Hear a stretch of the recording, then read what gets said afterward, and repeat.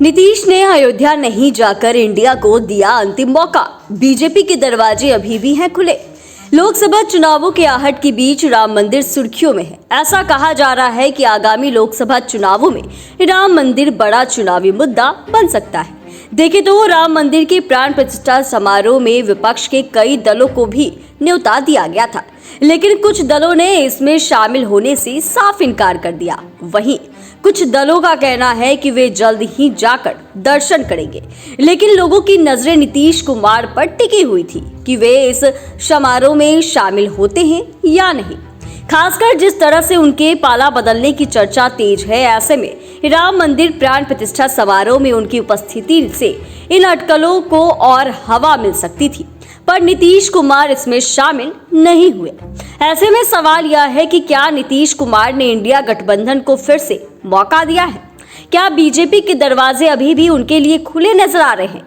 आइए इस वीडियो में इस मुद्दे पर अपनी बात आगे बढ़ाते हैं।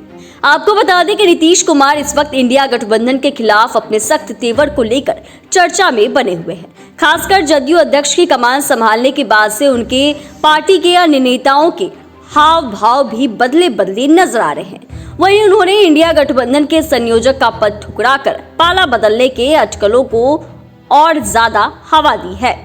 लेकिन इन सब के बीच राम मंदिर प्राण प्रतिष्ठा समारोह में शामिल नहीं होकर उन्होंने कहीं ना कहीं इंडिया गठबंधन को थोड़ी राहत देने का काम किया है। वैसे भी जिस तरह से वे इंडिया से नाराज बताए जा रहे हैं, ऐसे में अगर वे अयोध्या चले जाते तो इससे गठबंधन के अन्य दलों को झटका लग सकता था। पर नीतीश कुमार सधी हुई राजनीति करते रहे हैं, इसीलिए उनका अयोध्या नहीं जाना इंडिया को एक मौका देने के रूप में देखा जा रहा है। दरअसल इंडिया गठबंधन में अभी सीट बंटवारा होना बाकी है। वहीं जदयू ने साफ कर दिया है कि पार्टी अपने सिटिंग सीटों से पीछे नहीं हटेगी, लेकिन गठबंधन के अंदर जदयू की इस मांग पर ओहापोह की स्थिति नजर आ रही है। देखें तो कुछ दलों ने तो जदयू की इस मांग पर निशाना साधना भी शुरू कर दिया। जाहिर सी बात है कि नीतीश कुमार ने जब संयोजक का पद ठुकरा दिया है, तो अब पार्टी के पास सबसे बड़ी प्राथमिकता सीट बंटवारा नजर आ रहा है। इसीलिए नीतीश कुमार इसमें समझौता करेंगे या मुश्किल नजर आ रहा है। पर उनके पाला बदलने की चर्चा से इंडिया में भी खलबली देखने को मिल रही है। इन सब के बीच नीतीश कुमार ने अयोध्या नहीं जाकर एक तरह से संदेश दिया है कि वह महागठबंधन के ही साथ है। लेकिन चर्चा यह भी है कि अगर इनकी सीटों की मांग पूरी नहीं होती है, तो फिर बिहार में आगे कुछ बड़ा होने की संभावना से भी इनकार नहीं किया जा सकता है।